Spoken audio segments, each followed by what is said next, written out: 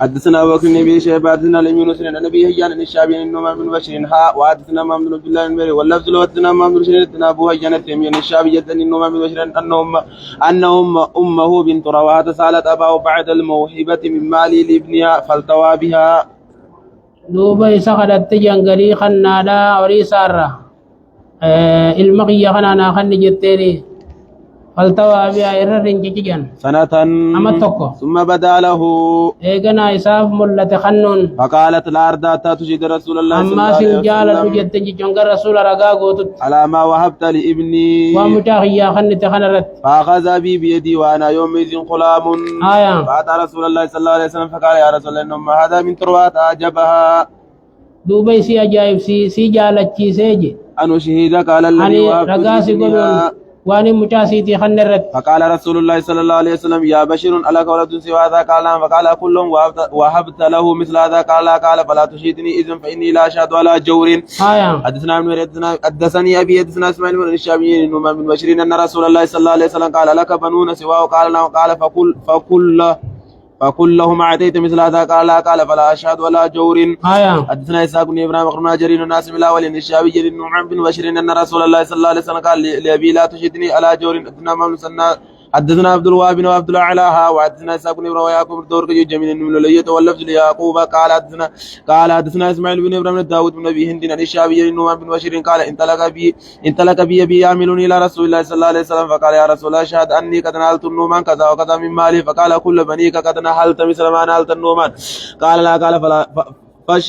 فاشهد على هذا خير. ثم قال يسرك أن يكون لك في البر سواء. قال فلا إذن. حدثنا أحمد بن عثمان النوفلي حدثنا الزهر حدثنا بن عون الشعبي النعمان بن بشير قال نهلني أبي نهلا ثم أتى به إلى رسول الله صلى الله عليه وسلم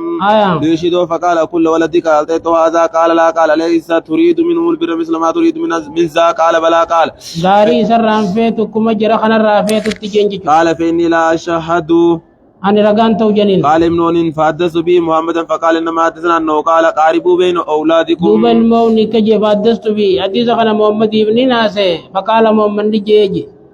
إنما تحدثنا برخن واسه حدثنا إنما تحدثنا برخن اسويني أنه قال قاربوا بين أولادكم. نبي جيجي جورا المان كيس والكتيسا قاربوا بين ولد ديسا خنا خيست المان كيس جورا اسويني يجي. حدثنا يوني في والكتيسو لا دن ولد ديسا جيجو. حدثنا حمد بن عبد الله بن يونس حدثنا زهير حدثنا ابو زبير جابر قالت امرأة بشير إن هل ابني غلامك واشهد لي رسول الله صلى الله عليه وسلم. فأتى رسول الله صلى الله عليه وسلم فقال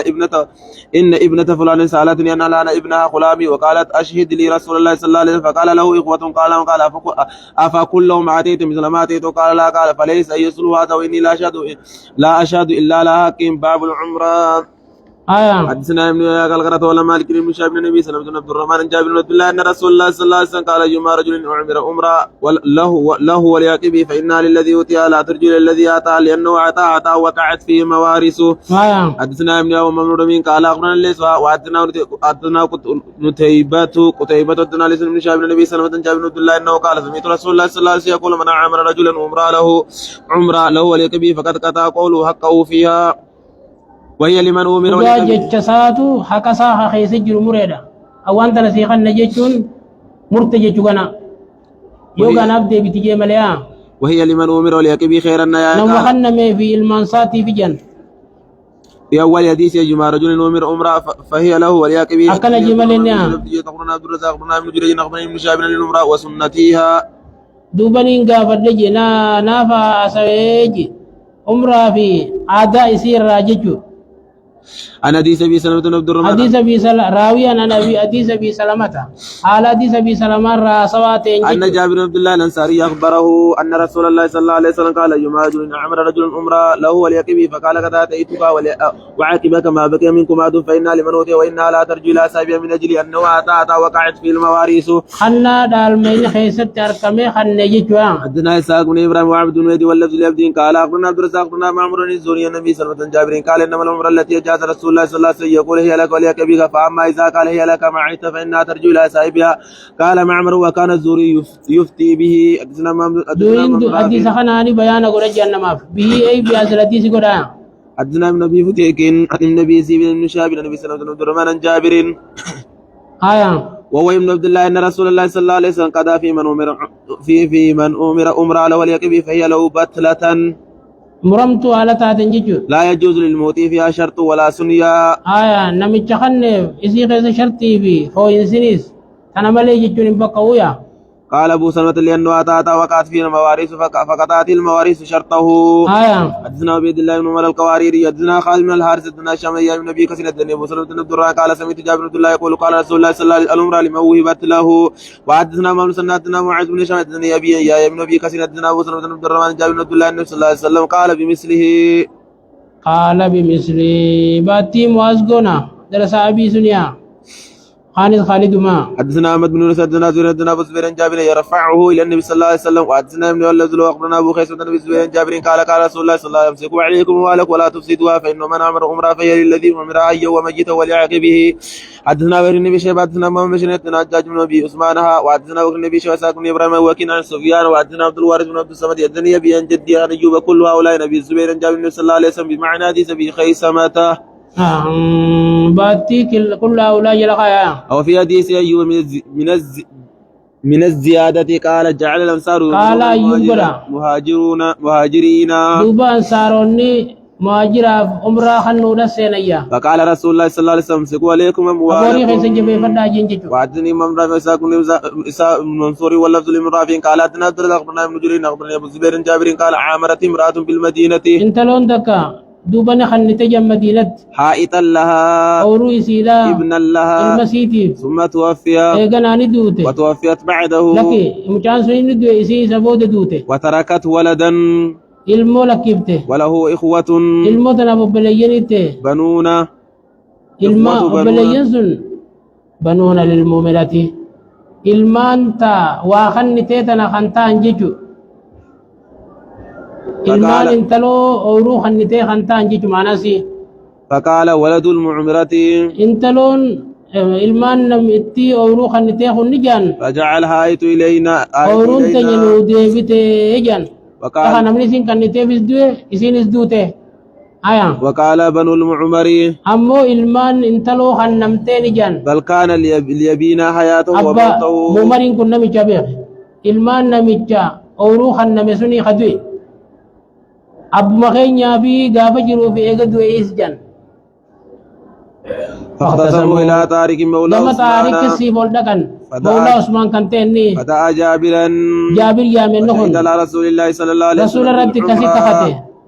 عمران صاحبها عمران أبو مخنم تفجي فقضى بذلك طارق فقد نمرتيز بذلك الأمر لصاحبها جتو خنان طارق ثم كتب إلى عبد الملك إيغسي قام عبد الملك كتبه فأخبره ذلك أخبره عبد الملك التوديسي ذلك فقد مرتي ساتنا وأخبره بشهادة جابر أما سرقابه جابر اللي التوديسي قال عبد الملك صدق أبو عبد جابر الملك كجي جابر لغا دبته فأمدى ذلك طارق أكسد دب طارق مرتي تنا بكانجيان راوة جيجو فقد فأمدى ذلك فقد يرغدا طارق كسر راوة جنتب مرتي تنا فإن ذلك الحائط أورنسن لبني المعمر ilmaanu mana micha kanna meetii fi حتى اليوم hanga arraatti illeedha aji eenyu akkana jomma qaala jaabiru dura kada فإن ذلك لا يتدرك قال جابر كجي أورون سن ilmaanu mana micha kanna meesuniiti hanga arraatti illee حدثنا بكر بن شيبة وساق بن إبراهيم واللفظ لأبي بكر قال إسحاق أخبرنا وقال بكر الناس بن أمر عن سليمان بن يسار أن طارقا قضى بالعمرة للوارث لقول جابر بن عبد الله رسول الله صلى الله عليه وسلم حدثنا من سنة ومحمد بن شارين قال حدثنا من جابر بن شعبة قال سمعت قضاة يحدث عن جابر بن عبد الله صلى الله عليه وسلم قال العمرة جائزة حدثنا ابن أبي الحارث جدنا قاضيان بن الحارث جدنا سيدنا قتادة عن جابر صلى الله عليه وسلم أنه قال العمرة ميراث لأهلها حدثنا امام مسنى وابن شارين قال حدثنا محمد بن جعفر حدثنا شعبة قتادة عن النبي بن نصر بشير بن نيكين النبي وليد صلى الله عليه وسلم قال العمرة جائزة واتني ابن ابي حدثنا قاتل يعني ابن الحارث حدثنا سعيد عن قتادة بهذا الاسناد باتي سيد جلخايا خالد المقتاتا جلخايا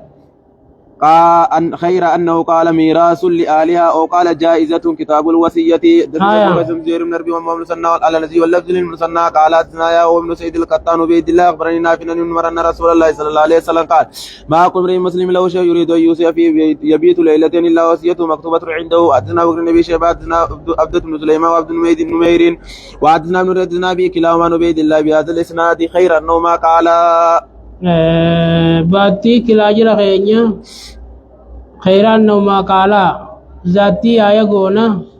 جري لمن جمله ولو شيء يوصي فيه ولم يقول يريد أن يوصي فيه أكن الجنة. وحدثنا أبو كامل الجاري دنا محمد يعني ابن زيد وحدثني زيد بن دنا اسماعيل يعني ابن ليث كلاهما عن أيوب وحدثني أبو طارق بن ابن وهب أخبرني يونس وحدثني هارون بن سعيد الذي وحدثنا ابن وهب أخبرني أسامة بن زيد الذي وحدثنا محمد بن دنا ابن أبي فديك أخبرنا هشام يعني ابن سعد كلهم عن نافع عن ابن عمر صلى الله عليه وسلم في مثل حديث عبيد الله وقالوا جميعا له شيء يوصي في الله في حديث أيوب فإنه قال يريد أن يوصي فيه كرواية عن عبيد الله باتي كل يلا خيسنا هارون بن معروف بن عبد الله بن وهب اخبرني عمرو وابن حارث بن شهاب بن سالم بن نبي انه سمع رسول الله صلى الله عليه وسلم قال ما امرئ مسلم له شيء يوصي في يبيت ثلاث ليالي الا وصيته عنده مكتوبه. قال عبد الله بن عمر ما مرت علي ليله منذ سمعت رسول الله صلى الله عليه وسلم قال ذلك الا وعندي وصيتي. وحدثني ابو طارق وارملة قال اخبرنا ابن وهب اخبرني نصا وحدثني عبد الملك بن شيخ بن ليث حدثني بان جدي حدثني وكيل وحدثني ابن ابي عمر وعبد الميت قال حدثنا عبد الرزاق بن معمر كل من الزوري بهذا الاسناد ناوى سمر بن الحارث. باتي كل يلا خيا باب الوصيه بالثلث. حدثنا ابن يتيم اخبرنا ابراهيم بن سعد بن شهاب بن عامر بن سعد النبي قال آذني رسول الله صلى الله عليه وسلم في حجة الوداع بوجع اشفيت منه ركوبة كهاني مثل دورت يا در جيتو. فقلت يا رسول الله بلغني ما ترى من الوجع وانا ازوم لي ولا يرسل الا ابنة لي واحدة افتصدق بثلث مالي قال لا قال قلت فتصدق بشطري قال لا الثلث والثلث كثير انك ان تذر ورثتك اغنياء خير من ان تذرهم عالة يتكففون الناس ولا تنفقون فقد تبتغي بها وجه الله الا اجرت بها اللقمة تجعلها في امراتك. قال قلت يا رسول الله اخلف بعد سابي قال انك لن تخلف فتعمل عملا تبتغي به وجه الله الا ازددت به درجة ورفعت ولا لك تخلف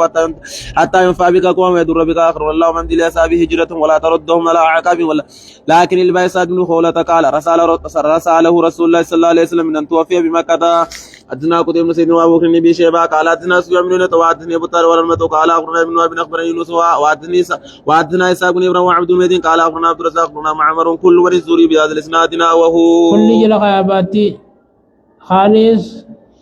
إبراهيم بن سعد جلخايا. وحدثني إسحاق بن منصور حدثنا أبو داود الحفري والسفيان عن سعد بن إبراهيم عن عمرو بن سعد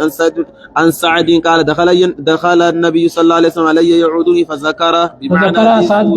ولم يذكر قول النبي صلى الله عليه وسلم في سعد بن خولة خيرا أنه قال وكان يكره أن يموت بالأرض التي هاجر منها. وحدثني زيد بن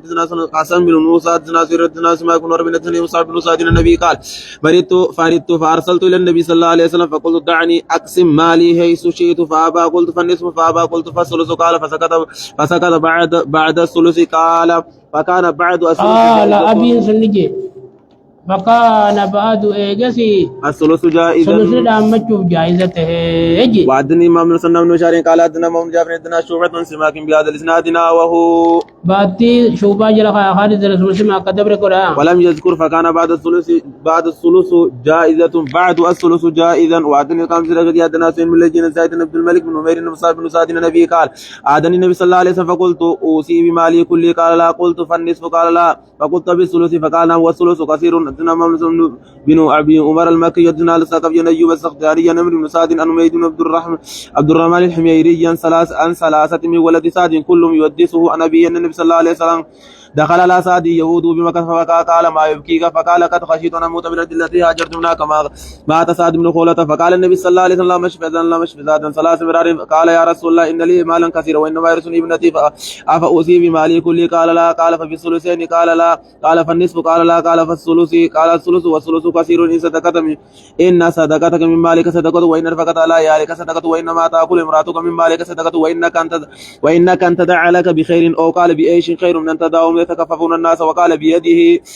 وحدثني ابو الربيع حدثنا محمد بن عجب بن عمرو بن سعد بن عميد بن عبد الرحمن الحميري عن ثلاثة من ولد سعد قالوا مريض سعد بمكة فأتاه رسول الله صلى الله عليه وسلم يعوده بناوي حديث الثقفي. وحدثني محمد بن سناد بن عبد الله على حدثنا هشام بن محمد بن عميد بن عبد الرحمن حدثني ثلاثة من ولد سعد بن مالك كلهم يحدثنيه بمثل حديث صاحبه فقال فلتسعد باتي كل مجرى هيسن آية حدثني ابراهيم بن مسعود الرازي اخبرنا عيسى يعني من يونس وحدثنا ابو بن شواب وقريب قال لكن باتي محمد بن حميدي محمد بن حميدي جسون كده فتنا آية وحدثنا ابو بكر بن نبي كل من هشام بن عروة نبي من عباس قال لو ان الناس خدوا نمني وسو إرساني جن الثلث الى الربوع لكان خيرا قدا غارتها فإن رسول الله صلى الله عليه وسلم قال الثلث والثلث كثير وفي حديث وكين كبير او كثير باب ثواب الصدقه الى الميت حدثنا ابن عقبه بن سيد والد بن جن قال حدثنا اسماعيل بن جابر ان الله يا نبي هريره ان رجلا قال النبي صلى الله عليه وسلم النبي مات وترك مالا ولم يوصف هل يكفر عنه ان تصدق عنه قال نعم حدثنا زيد بن حدثنا يا ابن سيد الشام من رواه اخبرني ابي عائشه ان رجلا قال النبي صلى الله عليه وسلم يفتلت نفسها واني اظن لو تكلم تصدقت فلي اجر ان تصدق عنها قال نعم حدثنا محمد بن الله بن حدثنا محمد بشر حدثنا هشام بن نبي عائشة أن رجلا أتى النبي صلى الله عليه وسلم فقال يا رسول الله أمي ابتلت نفسها ولم توصي وأظن لو تكلمت تصدقت أفلها أجر إن تصدقتنا قال نعم وحدثنا أبو كريم بن أبو سمة وحدثني لك من موسى حدثنا شيخ بن مساك وحدثني وجد بن إسلام حدثنا يزيد يعني بن زريع حدثنا رواه بن القاسم وحدثنا أبو بكر بن أبي شيبة حدثنا جعفر بن عون كل من هشام بن عروة بهذا الإسناد باتي كل يلقى ذاتي محمد بن بشريتي أما أبو أسامة وروم ففي حديث ما فهل يجر كما قال يا ابن سيد وأما شيب وجعفر ففي حديث ما فلها أجر كرواية ابن بشر باب ما يلحق الإنسان من الصواب ما يلحق الإنسان من الصواب بعد وفاته حدثنا ابن يحيى بن أيوب وقتيبة يعني ابن سيد وابن جرير قالوا حدثنا إسماعيل وابن جابر إن الله أن أبي هريرة أن رسول الله صلى الله عليه وسلم قال إذا مات الإنسان انقطع عنه عمله إلا من ثلاثة إلا من صدقة جارية أو علم ينتفع بولد صالح يدعو له باب الوقف حدثنا ابن التيمية أخبرنا سليمان بن أخطر بن أبي أون النافع بن قال أصاب عمر أرضا بخيبر فأتى النبي صلى الله عليه وسلم يستعمر فيها فقال يا رسول الله إني أصبت أرضا بخيبر لم أصب مالا قط هو أنفس عندي منه فما تأمرني به قال إن شئت بس أصلها وتصدقت بها قال فصدق بها عمر أنه لا يباع أصلها ولا يبتاع ولا يورث ولا يوهب قال فتصدق عمر في الفقراء وفي القربى وفي الركاب وفي سبيل الله من السبيل والدين في الأجنال لما ولا يأكل من بالمعروف أو يطعم صديقا غير متمول فيه قال فحدثت بهذا الحديث ورير راغودچ ملت قال محمد كجي خير متعسل مالنجي ورير رافودچ ملت نما خيسم خنياچسون فحدثت بهذا الحديث محمد فلما بلغت هذا المكان خير متمول فيه قال محمد خير متعسل مالا قال منوني وانباني من قرأ هذا الكتاب ورقا عمر سنة مكرين ناس أن فيه خير متعسل مالا حدثنا أبو بكر بن شيبة حدثنا ابن أبي زايدتها وحدثنا إسحاق أخبرنا الزهر السمانها وحدثنا من سنتنا بن أبي يتيج كل من ابن أون بهذا الإسناد مثله باتي كل جلخاتا ذاتي ترسيك مدبر جلخايا سليمي آية مثل خير الحديث من ابي زايد وازهر انتهى عند قولي او يتيم صديقا خير متوغل فيه ولم يذكر ما بعده وحديث النبي الدين فيه ما ذكر سليمان قوله فحدثت بهذا محمد الى اخره وحدثنا اسحاق بن ابراهيم حدثنا ابو داود الجعفري عمر بن اساد بن سفيان بن اون النافع بن عمر قال اصبت ارضا من ارض خيبر فاتيت رسول الله صلى الله عليه وسلم فقلت اصبت ارضا لم اصب مالا احب الي ولا انفس عندي منها وساق الحديث بمثل حديث باتي سليان جلخايا hati jala dabre jala raisan jicho enyura karan ilmau nira himin ilmau nira ore kare nyubada kullu sorry ولم يذكر فحدث محمد وما بعده باب ترك الوصية لمن